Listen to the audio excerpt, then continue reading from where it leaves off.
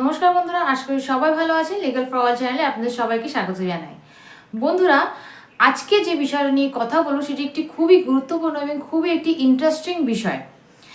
আজকে যে বিষয়টা নিয়ে কথা বলবো সেই বিষয়টা কিন্তু শুধুমাত্র যাদের বিরুদ্ধে 498 মামলা হয়েছে শুধু তাদের নয়, যাদের এগেনস্টে মামলা হয়নি তাদেরও কিন্তু শোনা খুবই দরকার আজকের ভিডিওর এই আলোচনা। তো বন্ধুরা, যে বিষয় নিয়ে কথা বলবো সেটা হচ্ছে 498A। হ্যাঁ, এই একটি বিষয়, এটি কিন্তু আমাদের একটি সমস্যা আমাদের সকলের জীবনে হয়ে উঠেছে এবং এই বিষয়টা নিয়ে আলোচনা যতই আমরা করছি ততই এগোচ্ছি, বিষয় নিয়ে আলোচনা কিন্তু আমাদের শেষ হচ্ছে না। কারণ নতুন নতুন জাজমেন্ট কিন্তু হাইকোর্টস এবং সুপ্রিম কোর্ট কিন্তু দিচ্ছেন।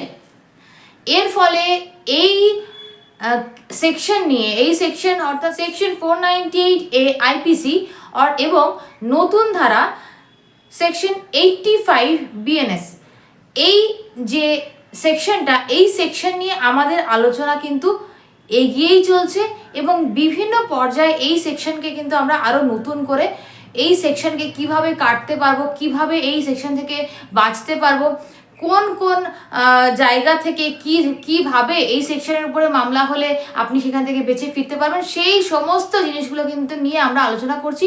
এবং আজকে যে বিষয়টা নিয়ে আলোচনা করতে চলেছি, একটি হাইকোর্টের কিন্তু জাজমেন্ট, এটি হাইকোর্টের একেবারে নতুন হাইকোর্টের জাজমেন্ট। সেই জাজমেন্ট নিয়ে আজকে আমরা আলোচনা করতে চলেছি যে কোন কোন ক্ষেত্রে বিয়ে, কি পর্যায়ে বিয়ে হলে কিংবা কি ধরনের বিয়ে যদি আপনার হয়ে থাকে, কিভাবে আপনার বিয়ে যদি হয়ে থাকে তাহলে আপনার উপরে 498A কেস হবে না। অর্থাৎ আপনার বিয়েটা কোন ক্যাটাগরির মধ্যে পড়লে আপনার এগেনস্টে 498 মামলা হবে না, জেনে নিন। এই অবধি দেখে যদি আমাদের ভিডিওটি ভালো লাগে এবং আমাদের ভিডিও দিয়ে যদি আপনারা রেগুলার ভিউয়ার হয়ে থাকেন কিন্তু এখনও সাবস্ক্রিপশনটা করেননি, তাহলে রিকোয়েস্ট করব সাবস্ক্রাইব করে নেওয়ার জন্য আমাদের চ্যানেলটি, রেগুলার আমাদের থেকে এই ধরনের নতুন নতুন ভিডিও পাওয়ার জন্য। তো শুরু করছি আজকের ভিডিও। আজ কেরালা হাইকোর্টের একটি জাজমেন্ট নিয়ে কিন্তু আলোচনা করব এবং এই জাজমেন্টে কি বলা হয়েছে, হাজবেন্ড কিভাবে 498A থেকে মুক্তি পেল সেইটা নিয়ে কিন্তু আজকে আলোচনা। বন্ধুরা, শ্রী 498A সেকশনে স্বামী এবং স্বামীর পরিবারের উপরে মামলা করে। তার কথা অনুযায়ী তার স্বামী এবং তার শ্বশুরবাড়ির লোকজন তার উপরে যৌতুক নিয়ে অত্যাচার করত এবং তার উপরে বিভিন্নভাবে শারীরিক এবং মানসিক অত্যাচার করত। সেই কারণে সে 498 মামলা রুজু করে এবং এই মামলার বিরুদ্ধে হাজব্যান্ড কিন্তু কেরালা হাইকোর্টে একটি কোয়াশিং পিটিশন ফাইল করেন। সেই কোয়াশিং পিটিশনে হাজব্যান্ড বলেন যে তার উপরে যে 498 মামলা হয়েছে তা সম্পূর্ণ ভিত্তিহীন। তার কারণ একজন মহিলা তখনই 498 মামলা করতে পারবেন যখন তার লিগালি ওয়াইফ হওয়ার লিগাল স্ট্যাটাস থাকবে। অর্থাৎ একজন বৈধ স্ত্রী তার স্বামী এবং শ্বশুরবাড়ির বিরুদ্ধে কিন্তু 498 সেকশনে মামলা করতে পারেন।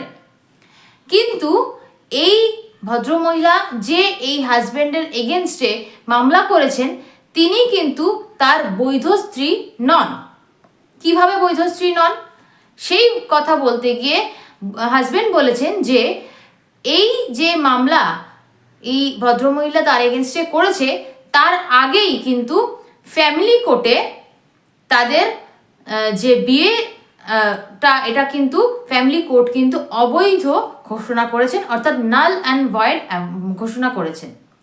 তার কারণ এই ভদ্রমহিলা তার পূর্ব যে হাজব্যান্ড ছিল সেই হাজব্যান্ডকে ডিভোর্স না দিয়ে এই ভদ্রলোকের সঙ্গে কিন্তু বিবাহ বন্ধনে আবদ্ধ হন এবং হিন্দু ম্যারেজ অ্যাক্ট অনুযায়ী একজন মহিলা কিংবা একজন পুরুষ সে যদি তার আগের যে স্পাউস সে জীবিত থাকে কিংবা তার সঙ্গে যদি বৈধভাবে বিবাহ বিচ্ছেদ না হয় তাহলে কোনোভাবেই অন্য আর একজন পুরুষ বা স্ত্রীকে বিবাহ করতে পারেন না।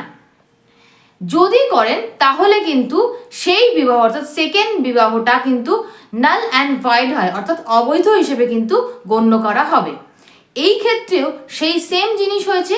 এই ক্ষেত্রেও কিন্তু যে প্রথম মহিলার যে প্রথম স্বামী তাকে কোনো রকম লিগালি ডিভোর্স না দিয়ে কিন্তু এই দ্বিতীয় জনের সঙ্গে বিবাহ করেছেন এই মহিলা।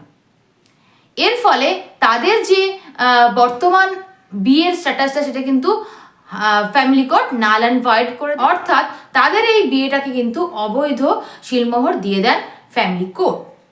এখন একজন স্ত্রী যার বৈধ লিগাল স্ট্যাটাস নেই একজন স্ত্রী হিসেবে, সে কোনোভাবেই কিন্তু 498 মামলা করতে পারেন না। 498 মামলা করার জন্যে একজন স্ত্রীর অবশ্যই বৈধ স্ত্রী হওয়া প্রয়োজন। একজন বৈধ স্ত্রী যার লিগালি অর্থাৎ আইন অনুসারে যাদের দুজনের বিবাহ হয়েছে এবং সেই স্ত্রী কিন্তু তার স্বামী এবং তার শ্বশুরবাড়ির এগেনস্টে এই যে 498 সেকশন সেটাতে কিন্তু মামলা করতে পারেন।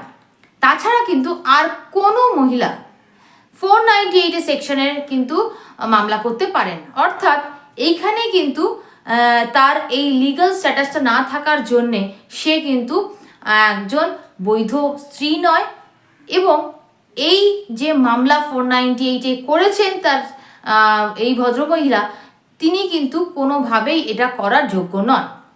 এবং এই কথা শুনে হাইকোর্ট কিন্তু কেরালা হাইকোর্ট হাজব্যান্ডের যে পিটিশন সেটা কিন্তু মঞ্জুর করেন